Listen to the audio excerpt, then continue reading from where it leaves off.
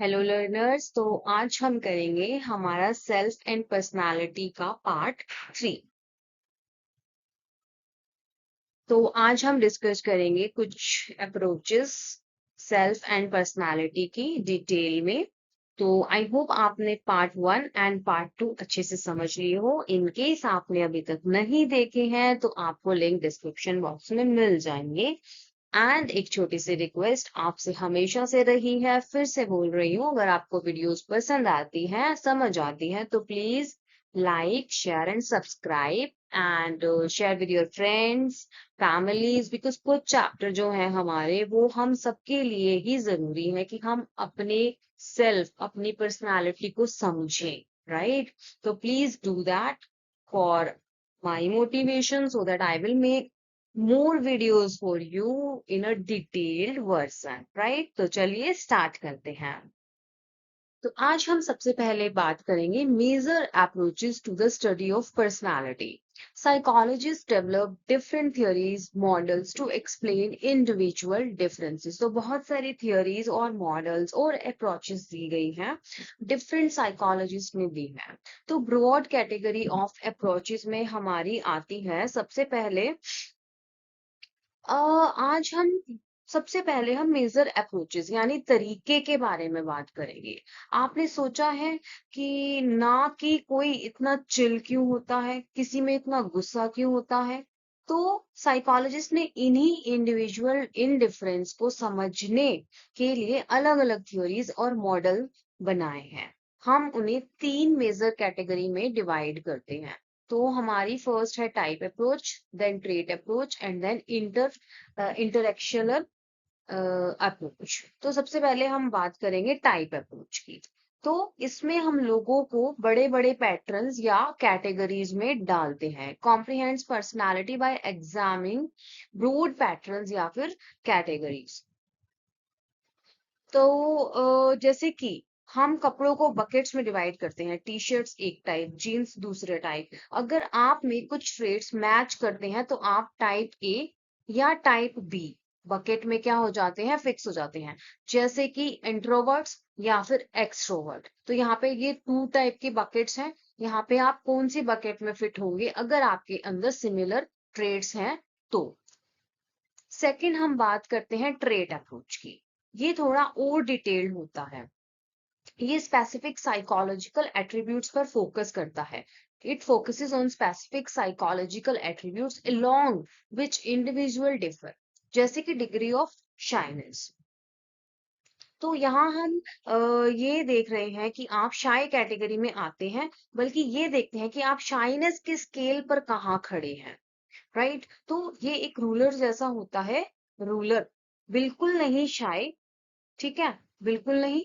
यहाँ पे एवरेज और यहाँ पे वेरी हाई। तो यहाँ पे इस स्केल से हम मेजर करते हैं कि जो आपका ट्रेट है वो किस लेवल तक है। फिर लास्ट में हम बात करेंगे हमारी थर्ड अप्रोच की, जो है हमारी इंटरेक्शनल अप्रोच। तो ये कहता है कि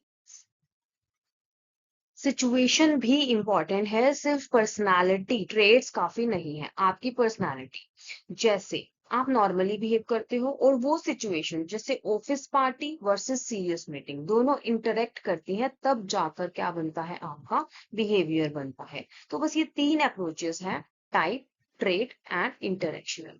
इसमें क्या होता है, holds that situational characteristics play an important role in determining behaviour.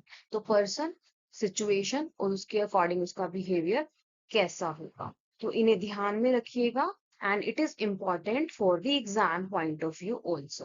तो अब आप मुझे बताइए कि आप पीपल को ब्रॉड कैटेगरीज में रखना पसंद करते हैं या नहीं करते, और उन्हें स्केल पे रेट करते हैं या नहीं करते। तो अब हम थोड़ा पीछे चलते हैं हिस्ट्री में और देखते हैं कि पुराने जमाने के लोग पर्सनालिटी को कैसे क्लासिफाई करते थे। Type approaches ancient models. तो सबसे पहले आते हैं ग्रीस के हिपोक्रेट्स। Greek model Hippocrates. उन्होंने कहा कि हमारी बॉडी में कुछ फ्लूइड्स होते हैं जिन्हें, उन्होंने क्या बोला, ह्यूमर बोला। उनके बेसिस पर उन्होंने 4 टाइप्स बताए, जो है सैंग्विन, फेलेगमेटिक, मेलेंकोलिक एंड क्लोरिक, राइट। तो बेसिकली जैसा फ्लूइड वैसी आपकी पर्सनालिटी। फिर इंडिया के चरक संहिता पर आयुर्वेद के अकॉर्डिंग, जो आयुर्वेद पर बेस्ड है, इसमें कहा गया कि हमारी बॉडी में त्रिदोष होते हैं। त्रिदोष, वात, पित्त, कफ। इन तीनों एलिमेंट्स के बैलेंस से या इम्बैलेंस से बनती है आपकी प्रकृति, यानी कि आपकी बेसिक बॉडी और माइंड टाइप। इसके अलावा एक और इंडियन फिलोसफिकल मॉडल है जिसे हम त्रिगुणा कहते हैं। ये माना जाता है कि हम सबके अंदर 3 गुण होते हैं जो आपस में ब्लेंड होते हैं। पहला है सत्व, जो है एकदम प्योरिटी, डिसिप्लिन, सच्चा करेक्टर। दूसरा है रजस, फुल ऑफ एक्शन, एनर्जी और मेटेरियलिस्टिक डिजायर्स, एक्टिविटी, मतलब मुझे ये चाहिए, मुझे वो चाहिए। और तीसरा है हमारा तमस, थोड़ा डार्क साइड, जहां एंगर, लेजीनेस, डिप्रेशन आता है, डलनेस। एग्जाम में ये तीनों मॉडल्स बहुत इंपॉर्टेंट है, इनकी नाम प्लीज अच्छे से याद रखिएगा। अगर हम एग्जाम्पल की बात करें तो एक अगर कोई काम मोंक है, साधु है, कोई संत है, तो वो सत्वगुणा से डोमिनेटेड है। और अगर कोई हाईली एम्बिशियस है, बिजनेसमैन है, तो उसमें कौन सा गुण हो गया? रजस गुण हो गया। तो be prepared to describe the traits of sattva, rajas and Tamas in detail. तो आप मुझे बताइए कि कौन सा गुण आपको डोमिनेट करता है। तो अब हम डिस्कस करेंगे एक बहुत ही इंटरेस्टिंग पर थोड़ा सा कंट्रोवर्शियल मॉडल की, जो हमें दिया था विलियम शेल्डन, टाइपोलॉजी। शेल्डन ने बोला कि जैसे आपका बॉडी स्ट्रक्चर होगा वैसे ही आपकी पर्सनालिटी भी होगी। उन्होंने लोगों को 3 टाइप में डिवाइड किया, एंडोमॉर्फिक, मेसोमॉर्फिक एंड एक्टोमॉर्फिक। तो सबसे पहले आता है हमारा एंडोमॉर्फिक। ये लोग थोड़े गोल मटोल, फैटी और थोड़े सॉफ्ट बॉडी वाले होते हैं, और इनका टेम्परामेंट एकदम चिल्ड आउट, रिलैक्स्ड, सोशिएबल, मतलब खाओ पियो ऐश करो वाले लोग, राइट। दूसरा है मेसोमॉर्फिक। ये होते हैं हमारे gym goers, strong muscle, broad shoulders, rectangular body. ये टेम्परामेंट से बहुत एनर्जेटिक और करेजियस होते हैं, हमेशा एक्शन के लिए तैयार, राइट। यहाँ पे आप देख भी सकते हैं, this is endomorphic, this is mesomorphic. Then ectomorphic, ये होते हैं एकदम सिंगल, पसली हड्डी, पतले, लंबे, फ्रिजाइल। शेल्डन के मुताबिक ये लोग बहुत ब्रेनी, आर्टिस्टिक और इंट्रोवर्ट होते हैं, जो अकेले रहना पसंद करते हैं, राइट। तो यहाँ पे जो भी मैं वर्ड्स यूज कर रही हूँ, that is given in this approach. I am not personally believe कि किसी को बॉडी के अकॉर्डिंग जज करना चाहिए। देन आपको क्या लगता है कि क्या ये सच है? इस थ्योरी की सबसे बड़ी लिमिटेशन यही है कि ये बहुत सिंपलिस्टिक है, ये साइंस से ज्यादा स्टीरियोटाइप है। जरूरी नहीं कि हर पतला इंसान बहुत पढ़ाकू हो या हर मोटा इंसान हमेशा हंसता रहे। इसलिए एग्जाम में इसकी लिमिटेशन मत भूलना। These models are too simplistic and generalised, act more stereotypes in science, people are diverse, don't fit into neat boxes.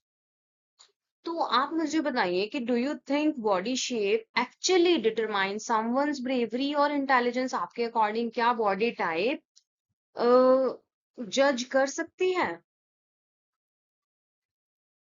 Now we will discuss about the personality type approaches, जो और भी हैं other approaches. तो ये आपको William Sheldon की तो समझ में आ गई होगी, एंडोमॉर्फिक, मेसोमॉर्फिक एंड एक्टोमॉर्फिक।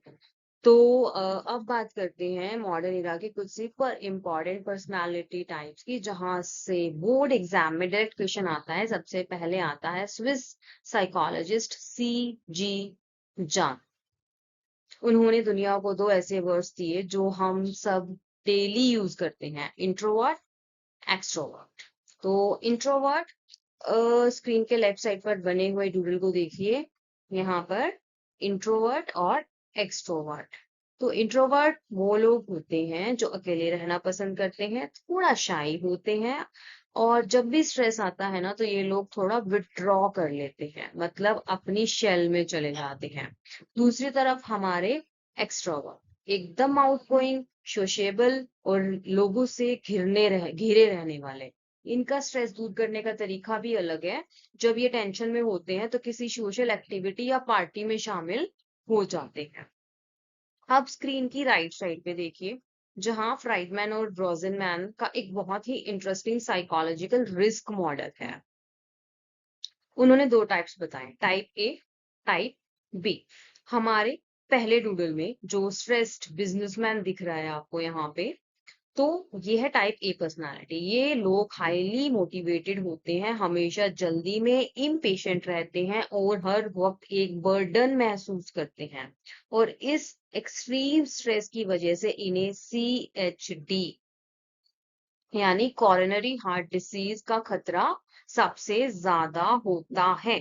इनके एकदम अपोजिट आते हैं हमारे टाइप बी वाले लोग, जो ऐश कर रहे हैं, एकदम रिलैक्स्ड, चिल्ड, और इनमें टाइप ए वाली कोई भी हड़बड़ी नहीं है। ओके। उसके बाद मॉरिस साहब ने दो और टाइप्स ऐड कर दिए इसमें, type C and type D. Type C personality वाले लोग बहुत अनअसर्टिव और पेशेंट होते हैं। ये लोग अपने नेगेटिव इमोशंस जैसे कि गुस्सा या दुख को अपने अंदर ही अंदर सप्रेस कर लेते हैं, दबा देते हैं। बैडली इनमें कैंसर का रिस्क ज्यादा देखने को मिलता है। और लास्ट है हमारा टाइप डी, जिसका मतलब है प्रोनेस टू डिप्रेशन, यानी ये लोग दुख और डिप्रेशन की तरफ जल्दी झुक जाते हैं। तो बस सीजी जंग के इंट्रोवर्ट, एक्सट्रोवर्ट और टाइप ABCD को अच्छे से ध्यान में रखना। एग्जाम के लिए ये पूरा चार्ट जो है हमारा जैकपॉट है। राइट। आई होप आपको अच्छे से समझ में आ गया। Now we will discuss about our second approach, जो है हमारी ट्रेट अप्रोच, जिसे दिया था गॉर्डन एल्पोर्ट ने। तो trait approach discovers the building blocks of personality. तो अगर टाइप अप्रोच हमें अलग अलग बकेट्स में डालते हैं, तो ट्रेट अप्रोच उन बिल्डिंग ब्लॉक्स को ढूंढते हैं जिससे हमारी पर्सनालिटी बनी है। ये सबसे यूनिक तरीका है कि पर्सनालिटी को मेजर करने का, उन्हें कैटेगराइज करने का नहीं। तो गॉर्डन एल्पोर्ट ने उन्होंने कुछ अलग ही तरीका अपनाया। उन्होंने सीधे सीधे इंग्लिश के वर्ड्स को एनालाइज किया, ये देखने के लिए हम लोगों के ट्रेड्स को कैसे डिस्क्राइब करते हैं। तो उनके अकॉर्डिंग सारे ट्रेड्स एक बार जनरलाइज नहीं होते, और उन्होंने एक क्लियर हायरार्की बनाई जिसे हम एक पिरामिड से समझ सकते हैं। तो सबसे ऊपर होते हैं हमारे कार्डिनल ट्रेट्स। ये बहुत रेयरली लोगों में पाए जाते हैं, और ये इतने स्ट्रॉन्ग और जनरलाइज्ड होते हैं कि पूरी लाइफ इसी एक गोल के अराउंड घूमती है। जैसे कि गांधी जी का नॉन वर्ड, या फिर हिटलर का नाजी। अब फिर आता है हमारा सेंट्रल ट्रेट्स, जो लोग परवेसिव होते हैं पर इम्पोर्टेंट हैं। हम इन्हें अक्सर जॉब रिकमेंडेशंस या सिंपल इंट्रोडक्शन में यूज करते हैं, जैसे ये इंसान सिंसियर है, वार्म है, डिलिजेंट है, और ठीक है। तो less pervasive, often used in job recommendations. फिर आता है हमारा सेकेंडरी ट्रेट्स। ये लीस्ट जनरलाइज्ड होते हैं, और हमारी पर्सनल प्रेफरेंसेस, जैसे किसी को मैंगोज बहुत पसंद है, राइट, तो या किसी को एथनिक क्लोथ्स पहनना पसंद है। तो ये थी हमारी एल्पोर्ट की ट्रेड हायरार्की, कार्डिनल, सेंट्रल और सेकेंडरी। तो कार्डिनल जो है हमारा वो है रेयर को, सेंट्रल है हमारा जॉब, रेको, और सेकेंडरी है हमारा पर्सनल टेस्ट। ध्यान से देखिएगा, पिरामिड वाला डायग्राम पेपर के लिए सुपर इंपॉर्टेंट होता है।